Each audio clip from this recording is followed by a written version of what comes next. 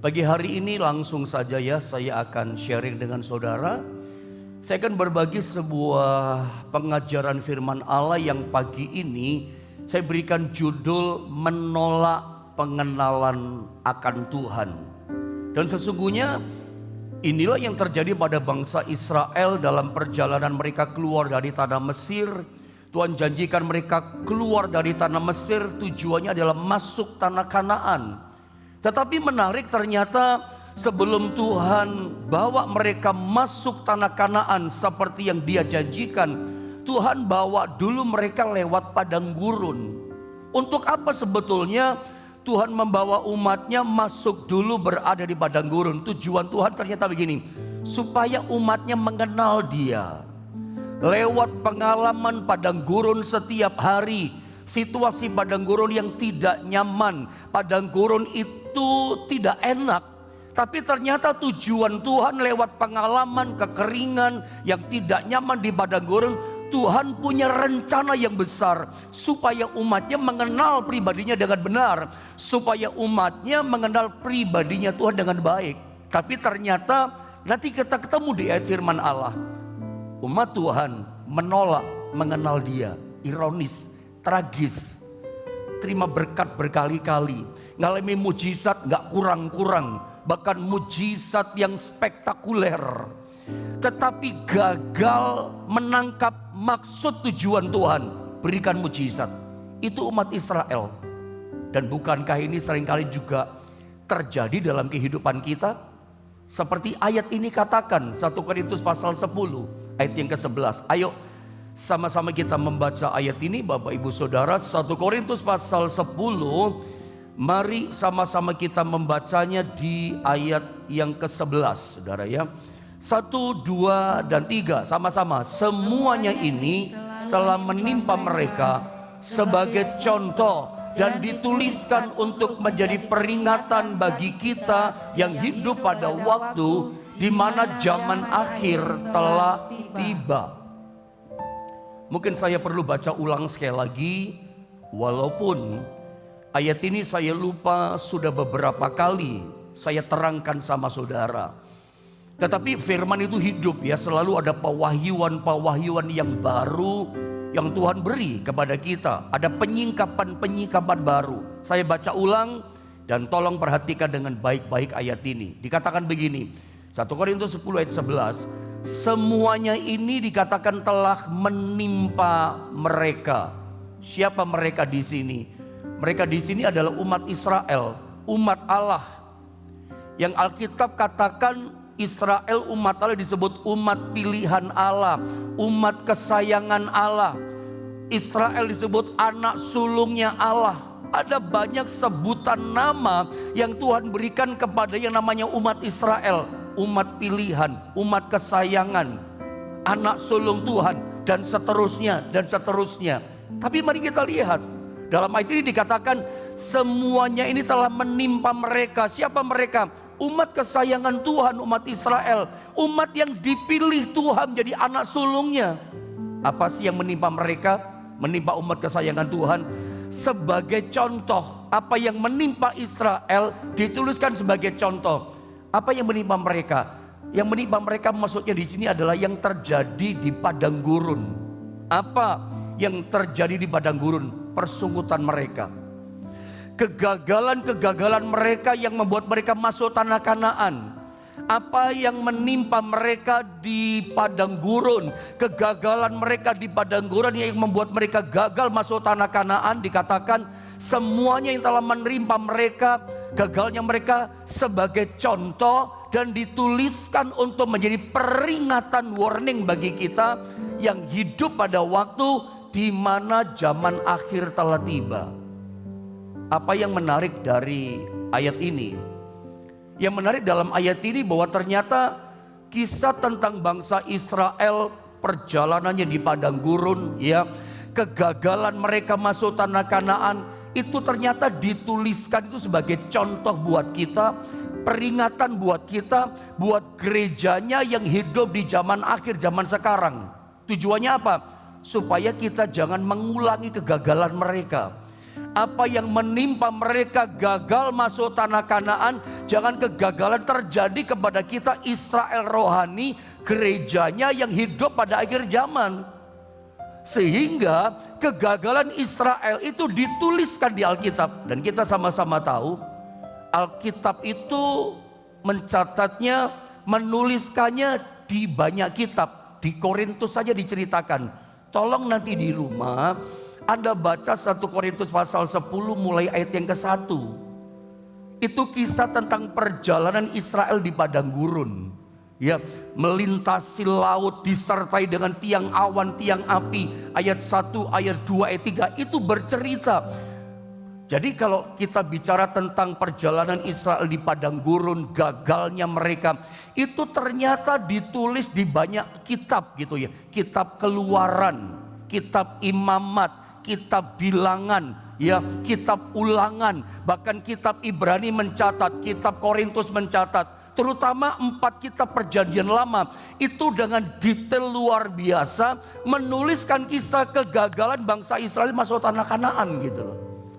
Dan tahukah saudara, kalau Alkitab banyak menuliskan cerita kegagalan Israel masuk tanah Kanaan, itu bukan sekedar ditulis untuk memenuhi Alkitab supaya tebel Alkitabnya, supaya Alkitab banyak ceritanya. Enggak seperti itu, no. Tujuannya apa? Dituliskan sebagai contoh buat kita. Dituliskan kegagalan bangsa Israel menjadi warning, peringatan buat kita. Jangan kita mengalami kegagalan yang sama. Belajarlah kita dari peringatan contoh Israel yang gagal supaya kita nggak gagal. Belajar dari kegagalan mereka. Kegagalan mereka di mana? Kita bicara pagi ini judulnya adalah dalam ayat Alkitab menolak pengenalan akan Tuhan. Siapa yang menolak pengenalan akan Tuhan? Ya Israel, umat kesayangan Tuhan ini. Saya mau sampaikan dulu sama saudara begini. Sadarkah saudara bahwa banyaknya mujizat yang terjadi dalam kehidupan seseorang itu tidak menjamin orang itu atau kita itu otomatis mengenal Tuhan. Kita bicara tentang pengenalan, sebab Israel itu adalah umat yang paling banyak mengalami mujizat. Israel itu adalah umat pilihan Allah yang disayang-sayang sama Tuhan, yang banyak sekali mengalami berkat-berkat Tuhan yang luar biasa. Makanya saya katakan sama saudara, sadarkah kita bahwa ternyata banyaknya mujizat yang diterima seseorang, banyaknya berkat yang kita terima dalam hidup kita, itu tidak serta-merta membuat kita otomatis mengenal pribadi Tuhan. Tidak seperti itu. Seringkali ada banyak orang Kristen ketika berdoa, doanya kurang lebih begini: Tuhan, nyatakan berkat-Mu kepada kami. Nyatakan mujizat-Mu yang luar biasa kepada kami, supaya kami mengenal pribadi-Mu Tuhan. Sorry to say, sorry kalau saya katakan tegas keras kepada Anda begini. Ini doa menurut saya, ini doa yang memanipulasi Tuhan gitu loh. Saya tahu kata-kata saya ini menyakitkan dan sangat tajam. Kalau Anda adalah orang yang suka berdoa seperti ini, tanpa sadar Anda dan saya, kita semua, kita suka memanipulasi Tuhan, ya, mengambil keuntungan dari Tuhan. Kita berkata begini: Tuhan berkati kami, berkati pekerjaan kami, berikan mujizat kami supaya kami mengenal pribadi-Mu. Saya mau ingatkan, itu namanya Anda sedang memanipulasi Tuhan. Apakah iya bahwa berkat yang kita terima, mujizat spektakuler yang diterima seseorang, itu otomatis membuat orang mengenal pribadi Tuhan? Ternyata tidak. Ternyata tidak. Anda pernah nggak lihat? Saya kasih contoh, saya kasih pandangan sama saudara. Anda pernah lihat nggak? Atau Anda pernah mendengar nggak orang bersaksi yang bercerita bahwa dia sakit parah, dia sudah mau mati, udah ngos-ngosan nafasnya tinggal 1-2, udah mau mati parah sakitnya. Didoakan hamba Tuhan atau pendeta, sembuh dari sakitnya, sehat lagi, hidup lagi. Itu namanya mengalami mujizat Tuhan kan? Itu namanya mengalami kasih karunia Tuhan. Good, itu luar biasa. Pernahkah Anda mendengar kesaksian orang yang ekonominya jatuh bangkrut, bisnis kerjaannya bangkrut, dia Lalu kemudian dia berdoa kepada Tuhan, dipulihkan, diberkati lagi kerjaannya, jaya lagi dia. Anda pernah lihat orang seperti itu? Lalu pertanyaan saya, lalu apakah dengan mujizat berkat yang dia terima, apakah dengan kesembuhan spektakuler mau mati sembuh hidup lagi, lalu apakah itu otomatis membuat dia mengenal langsung pribadi Tuhan? Ternyata tidak. Kita banyak lihat orang disembuhkan, kita banyak lihat orang diberkati, malah lupa sama Tuhan. Betul apa tidak? Dari bangkrut loh, dibangkitkan jaya lagi. Begitu jaya, dia terlena dengan berkat Tuhan. Karena begini saudara ya, bahwa mujizat, berkat itu bukan jalur untuk mengenal Tuhan. Saya ulang, jalur mengenal Tuhan itu bukan lewat mujizat. Jalur mengenal Tuhan itu bukan lewat berkat. Tahukah Anda, jalur untuk setiap pribadi kita mengenal Tuhan itu lewat membangun hubungan dengan Dia. Makanya banyak yang terjadi sama kita orang Kristen. Ketika kita mengalami berkat Tuhan yang berkelimpahan, diberkati luar biasa, Anda dibanjiri, diserbu dengan berkat Tuhan yang ajaib, hidupmu dibombardir dengan keajaiban demi keajaiban, kayak bangsa Israel. Tapi ada banyak orang kayak Israel, cuman kagum dengan mujizat Tuhan, cuman kagum, cuman terpana, cuman terlena dengan berkat Tuhan, terlena. Cuman menikmati. Bagian kita seringkali cuman menikmati mujizat. Kita ini kok bisa ya ngalami mujizat Tuhan yang kayak begitu, kita cuman menikmatinya. Ada tahu tentang Israel kan? Saya cerita sedikit sebelum saya jelaskan pada kalimat-kalimat gambar atau ayat berikutnya. Anda tentu tahu bagaimana cintanya Tuhan kepada bangsa Israel. Ketika mereka keluar dari tanah Mesir, Anda tahu bagaimana keadaan bangsa Mesir? Saya ulang, perhatikan baik-baik. Tuhan itu tidak kurang-kurang sama bangsa Israel. Dari mulai di tanah Mesir, tahu enggak bagaimana keadaan bangsa Mesir ketika umat Allah itu keluar dari negeri mereka? Keadaan mereka itu babak belur kalau Anda tahu. Berantakan, kacau balau, lulu lantak, hancur lebur. Kenapa? Dibombardir sama Tuhan dengan tulah 10 hukuman. Tulah 1 air jadi darah. Belum selesai, datang tulah kedua. Masih kelabakan, dibom lagi dengan tulah ketiga. Belum selesai, hajar tulah keempat. Masih mau setengah mati, hajar tulah kelima. Terus dibom tulah keenam, ketujuh, kedelapan, 10 kematian yang sulung. Udah gak tahan mereka. Udah angkat bendera putih, Firaun angkat tangan. Rakyat Mesir pun angkat tangan. Mereka berkata, nih kami kasih bekal kamu. Ayo keluar kamu dari tanah Mesir. Ini kami kasih emas sama kamu. Kami kasih perak. Kami kasih harta kekayaan kami. Seperti menjarah. Hari itu dalam tempo 1 hari itu Israel semua keluarga, semua orang dalam tempo 1 hari menjadi kaya raya, diberkati Tuhan limpah-limpah. Pertanyaan saya, di mana ada ceritanya orang dalam 1 hari langsung jadi kaya raya? Keluarganya langsung punya banyak harta. Coba di mana ada ceritanya di dunia ini? Apa Anda pernah lihat? Orang gak bisa buat, dunia gak bisa buat, Tuhan bisa buat. Bagi Tuhan gak ada yang mustahil. Bagi orang percaya gak ada yang mustahil. Lukas 1:37 itu pasangannya Markus 9:23. Bagi Tuhan tidak ada yang mustahil. Dan bagi orang yang percaya gak ada yang mustahil. Kita ketemu tentang bangsa Israel. Dalam 1 hari kok jadi kaya. Kenapa? Ya orang Mesir udah gak kuat. Udah hancur, lulu lantak, berantakan mereka. Kacau balau negeri mereka, rumah tangga hidup mereka. Sampai mereka berkata gini, ini emas, ini perak kami, harta kami, ini jubah, baju yang indah. Bawa semua, kalian ayo keluar dari tanah Mesir dengan membawa harta kekayaan yang besar. Dan negeri Mesir ditinggalkan itu hancur lebur babak belur, saudara. Anda lihat dari cerita saya betapa cintanya Tuhan kepada bangsa Israel. 10 mujizat. Itu tulah menimpa tanah Mesir, satu dataran yang sama. Itu tidak terjadi dialami oleh bangsa Israel. Kegelapan ada di Mesir, Goshen tidak. Air jadi darah di Mesir, Goshen umat Israel tidak. Ada perbedaan, ada perlindungan. udah dilindungi Tuhan kayak gitu.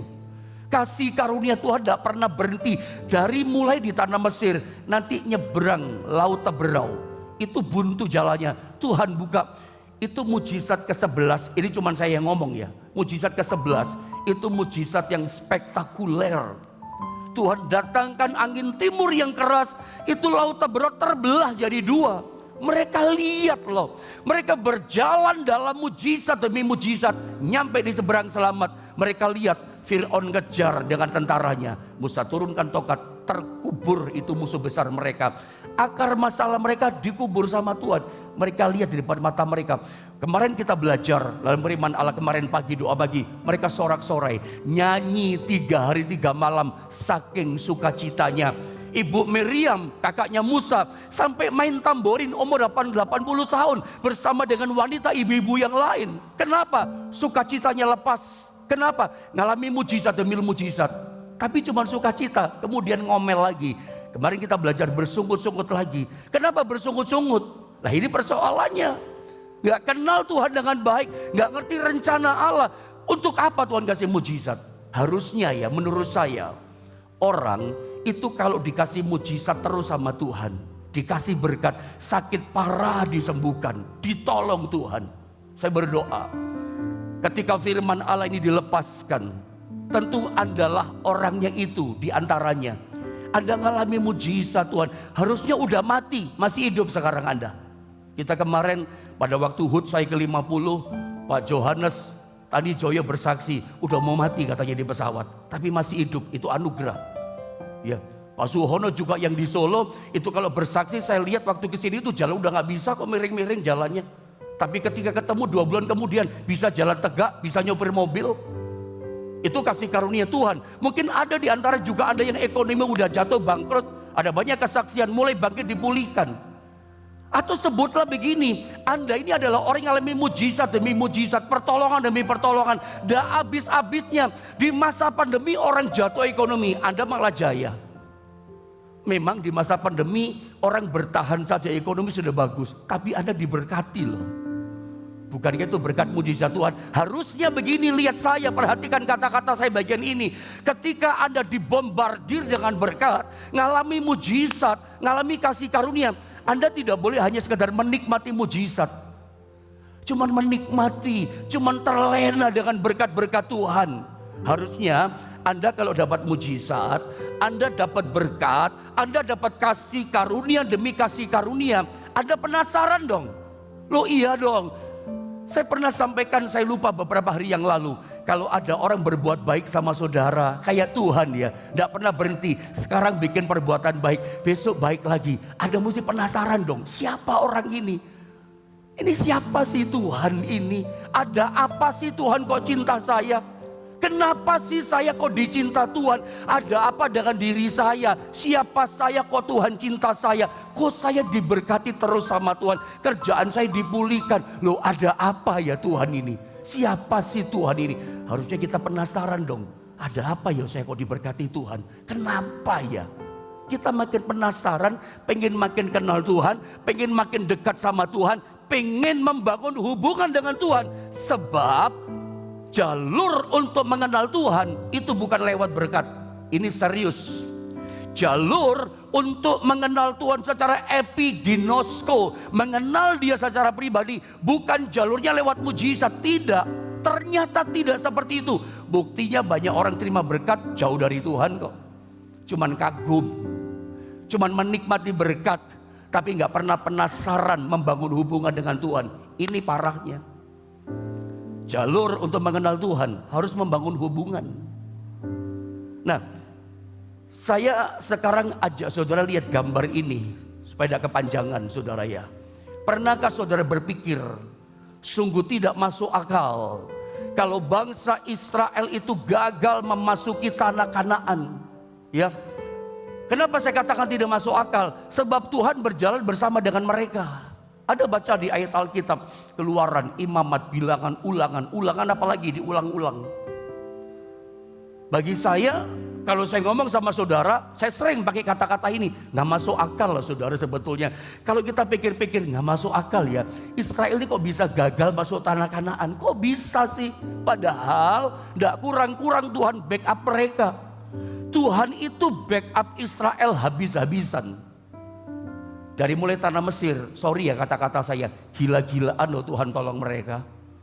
Dibombardir habis tuh orang Mesir, hancur lebur lulu lantak. Sampai di padang gurun, backup habis-habisan. Tuhan menyertai mereka dengan tiang awan, tiang api. Pada waktu malam hari berpijar terang itu api. Pada waktu siang kayak payung teduh mereka. Sejuk, mereka tidak kepanasan. Tuhan tidak pernah meninggalkan umatnya sedetik pun juga. Menyertai dalam tiang awan pagi maupun malam atau siang. Tidak pernah tinggalkan. Bahkan mereka tidak kerja di padang gurun. Tapi mereka dikasih makan, buka mata ada makanan. Tuhan dropping mana makanan malaikat dari sorga. Anda coba lihat. Bahkan tidak ada air, gunung batu keluar air. Penyertaan mujizatnya nggak kurang. Makanya saya katakan disertai langsung loh. Tuhan hadir langsung beserta dengan mereka. Tapi aneh ya, kehadiran Tuhan itu mereka tidak nikmati. Mereka tidak bisa menikmati kehadiran Tuhan bersama dengan mereka. Kenapa? Pikiran mereka itu cuma ini loh.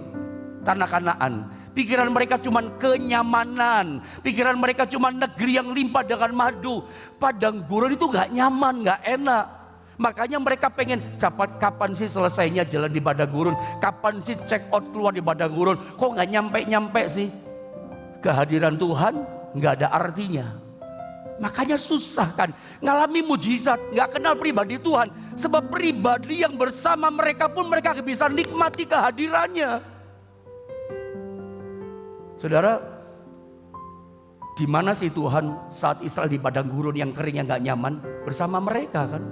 Atau saya baca dulu ini ya. Saya baca dulu, saya mau terangkan sama saudara sesuatu. Waktu jalan terus. Sejarah perjalanan bangsa Israel terkatung-katung di padang gurun.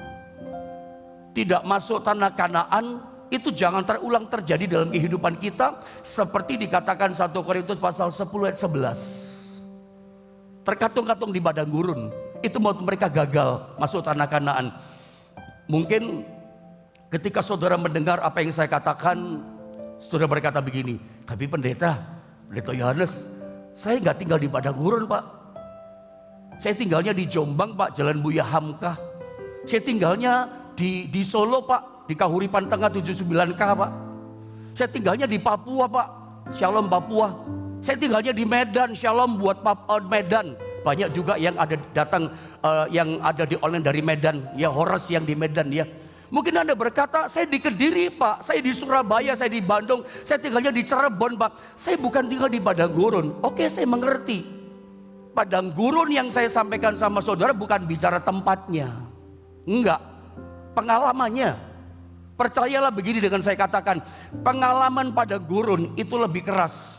Ya, pengalaman padang gurun itu lebih jahat dari padang gurun yang nyata yang sesungguhnya. Ada masih ingat yang pernah tur Holy Land ke Israel? Semua kita termasuk saya nggak nyaman di padang gurun, pengen cepat-cepat berlalu, pengen cepat-cepat ayo berangkat wus gitu, karena panas, nggak nyaman padang gurun. Pengalaman padang gurun itu lebih keras, lebih jahat daripada padang gurun yang nyata. Saya nggak bicara tempatnya, tempat kita berbeda. Anda tidak tinggal di padang gurun, tapi mungkin ada di antara yang Anda yang sedang mengalami padang gurun. Tahukah Anda di mana Tuhan saat Anda mengalami padang gurun seperti Israel? Tuhan bersama mereka kan? Dalam tiang awan, dalam tiang api, dalam pengalaman padang gurun yang pahit, yang kering. Di mana Tuhan? Tuhan kasih makan lewat mana? Ada tetap dipelihara Tuhan kan? Saya percaya di masa pandemi yang pengalaman padang gurun buat kita, tetap ada Tuhan kok. Tetap makan, tetap dipelihara oleh Tuhan, tetap dikasih sehat sama Tuhan. Mungkin kau kena corona tapi sehat kembali. Ada banyak. Di mana Tuhan saat kita mengalami padang gurun? Saya tanya, di mana Tuhan saat Yusuf dibuang dalam sumur? Tuhan ada bersama dia. Di mana Tuhan saat Yusuf dijual jadi budak di Mesir? Tuhan ada bersama dia. Masuk penjara, Tuhan ada bersama dengan dia. Sampai dia jadi raja. Alkitab berkata, Yusuf disertai sama Tuhan. Sebab itu apapun dikerjakannya dibuat berhasil. Ternyata di Mesir pun ketika Yusuf jadi budak, Tuhan ada bersama dengan dia. Ketika kita dalam pengalaman padang gurun, Tuhan ada bersama kita. Di manakah Tuhan? Memperjelas. Di mana Tuhan? Saat Daniel dimasukkan dalam gua singa. Menurut Anda dia di mana? The Lord is there, kata Alkitab. Tuhan ada di sana, dia ada di sana. Di manakah Tuhan? Saat Sadra, Mesak, Abednego dimasukkan dalam dapur api yang dipanaskan 7 kali. Tuhan ada di sana. Makanya api tidak membakar mereka. Saya percaya dalam pengalaman padang gurun yang tidak nyaman, yang kering, yang menyakitkan kita, ingat Tuhan ada bersama dengan kita. Nikmati kehadiran Tuhan dalam hidup kita.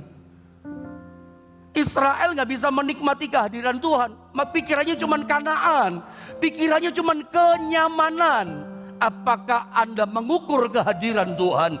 Apakah Anda mengukur cintanya, kebaikan Tuhan hanya dengan kenyamanan? Kalau Anda gak nyaman padang gurun, belum dijawab doa saudara, Anda berkata gak ada Tuhan. Tetap ada Tuhan loh. Engkau yang sedang berderai dengan air mata karena kesulitanmu, saya mau berkata, jangan-jangan Tuhan sedang menggendongmu. Anda lihat cerita Sadra, Mesak, Abednego, ada Tuhan gak bersama dengan dia dalam api yang menyala besar itu. Ada Tuhan. Tapi seringkali karena konsentrasi kita hanya pada kenyamanan. Nah ini masalahnya, hanya Kanaan yang kita pikirkan. Malah gagal masuk Kanaan. Malah gagal karena fokus kita kenyamanan. Begitu ngalami padang gurun, kita merasa gak ada kehadiran Tuhan, memang gak bisa menikmati, gak kenal pribadinya. Apa yang membuat gitu? Ngomel-ngomel kita bersungut.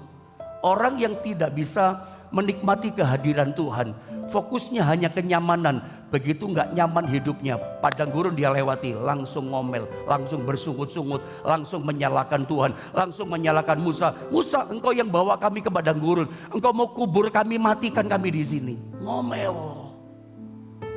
Saya berdoa pagi ini, saudara boleh dapat sesuatu dari firman Allah.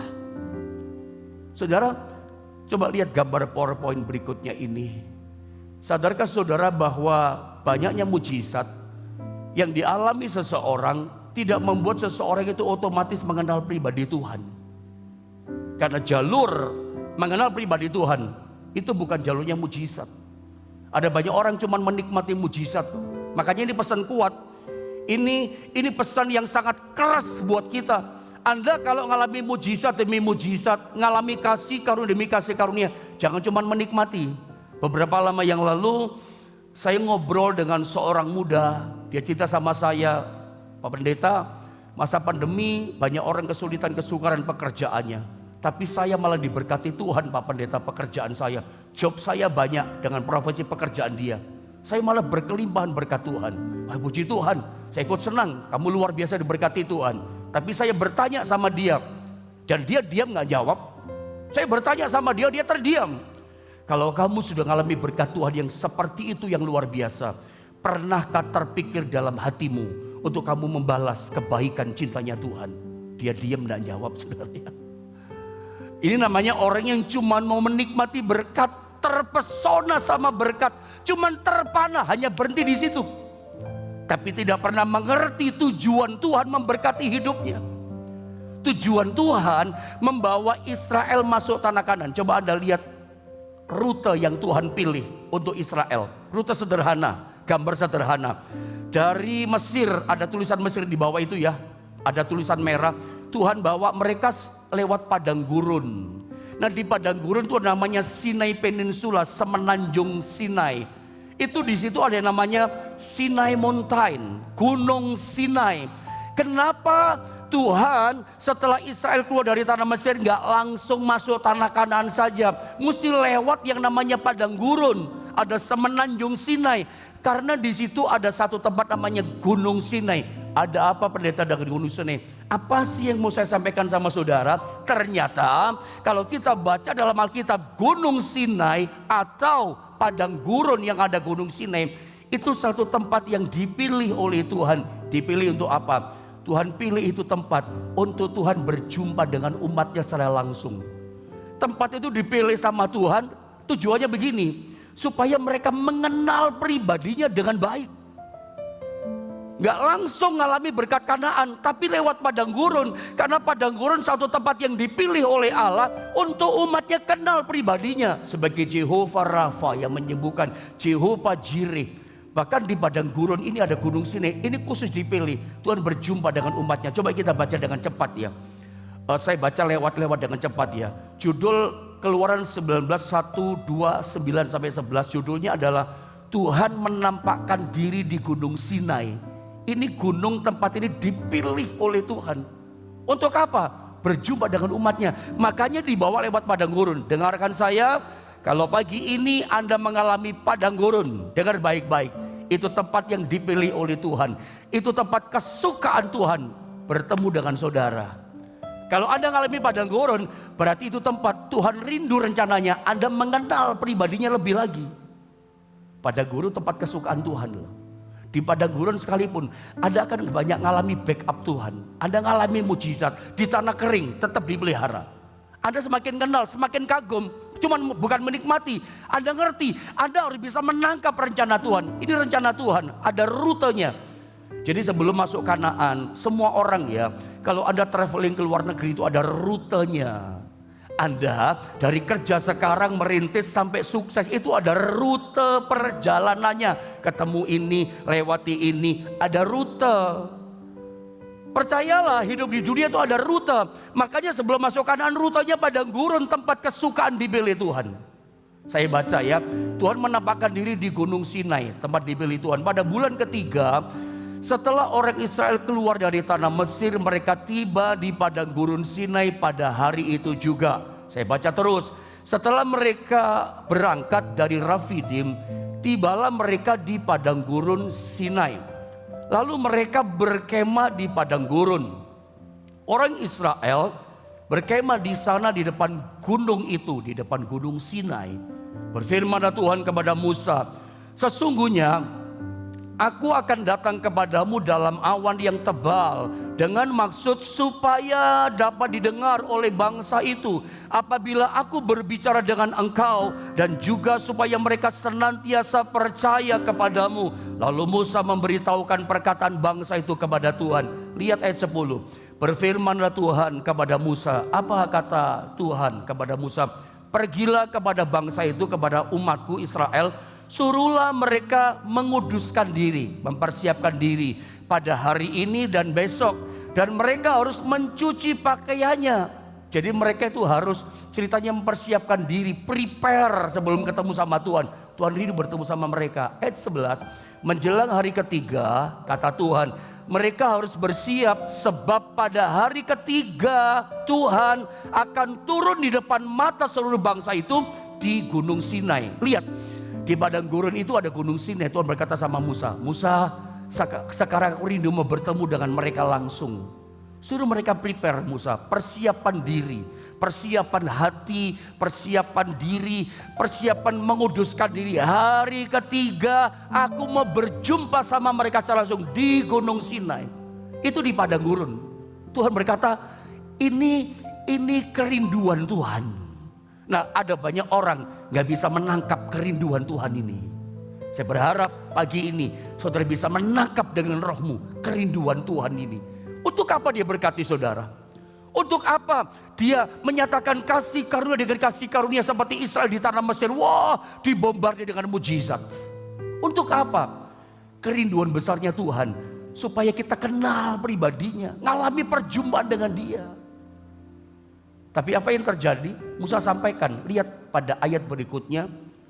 Ya, ini meleset dari sasaran orang Israel ini ya. Ulangan 5 ayat 24 sampai 27. Dan berkata, sesungguhnya Tuhan Allah kita telah memperlihatkan kepada kita kemuliaan dan kebesarannya, dan suaranya telah kita dengar dari tengah-tengah api. Pada hari ini telah kami lihat bahwa Allah berbicara dengan manusia dan manusia tetap hidup. Israel ngomong ini ya.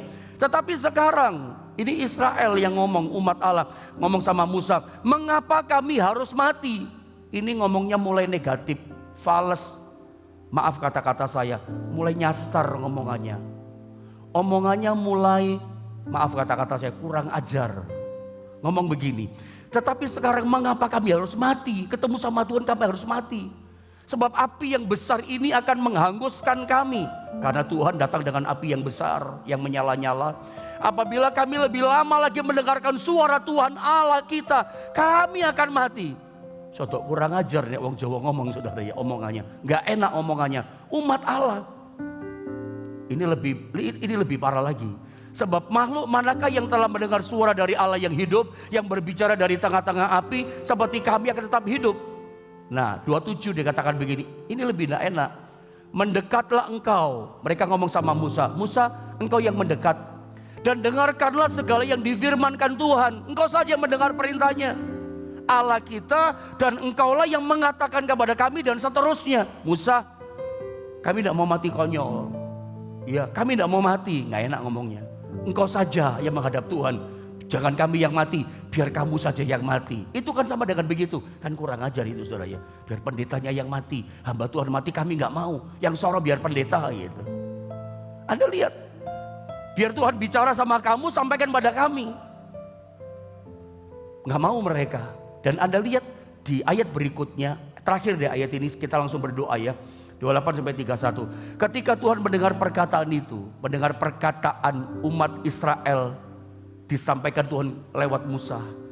Tuhan mendengar perkataan itu. Sedang kamu mengatakannya kepadaku, maka berfirmanlah Tuhan kepadaku, telah ku dengar perkataan bangsa ini yang telah dikatakan mereka kepadamu. Segala yang dikatakan mereka itu baik. Saya loncat ayat yang ke-30 dengan cepat. Pergilah, kata Tuhan kepada Musa. Katakanlah kepada mereka, kembalilah ke kemahmu. Lalu ayat 31, saya ingat. Ketika saya baca ayat ini, ketika Tuhan singkapkan ayat ini, saya nangis baca ayat ini. Saya nangis. Kenapa saya nangis? Saya bisa merasakan kecewanya Tuhan di ayat 31. Ditolak sama umatnya. Sampai Tuhan ngomong gini sama Musa. Tetapi engkau, Musa, berdirilah di sini bersama-sama dengan aku. Karena umatnya gak mau. Kamu jangan pergi Musa. Tuhan tuh rindu bersekutu. Ketika dia kehilangan Adam dan Hawa, persekutuan hilang. Dia cari terus ketemu Henokh, diangkat. Dia cari terus ketemu Abraham. Dia cari terus gerejanya. Dia cari terus ini. Dia pengen, sebetulnya dia itu pengen bersekutu dengan umatnya supaya umat kenal pribadinya. Tapi umatnya menolak mengenal dia secara pribadi. Sampai Tuhan ngomong gini, Musa, makanya saya mau nangis kalau baca ini. Kamu di sini jangan kemana-mana. Engkau berdiri di sini bersama dengan aku, maka aku hendak mengatakan kepadamu segenap perintah dan seterusnya. Akhirnya kepada Musa disampaikan semua. Untung ada seorang Musa, seorang hamba Allah yang mengenal pribadi Allah. Tapi sayang Israel, mari kita belajar dari 1 Korintus pasal 10-11. Jangan apa yang menimpa Israel terjadi sama mereka, cuman terpesona, cuman menikmati berkat, tapi menolak pengenalan akan Tuhan. Sebab jalur pengenalan bukan lewat berkat. Makanya adalah salah kadang-kala kita tanpa sadar memanipulasi Tuhan. Tuhan berkati kami, berikan mujizat kami supaya kami mengenal pribadimu. Enggak begitu ternyata. Ada banyak orang yang diberkati gak kenal sama Tuhan dengan baik kok. Ada mesti tahu rencana Tuhan yang besar, ada mesti tangkap. Ketika dia memberikan kasih karunia, ketika dia memberikan berkat, tujuan rencana Tuhan. Tuhan ingin Anda dan saya semakin mengenal pribadinya. Tambah hari, tambah cinta Tuhan. Tambah hari, tambah mengasihi Tuhan. Tambah hari, tambah kita melekat dengan Tuhan. Tuhan berkati saudara semua.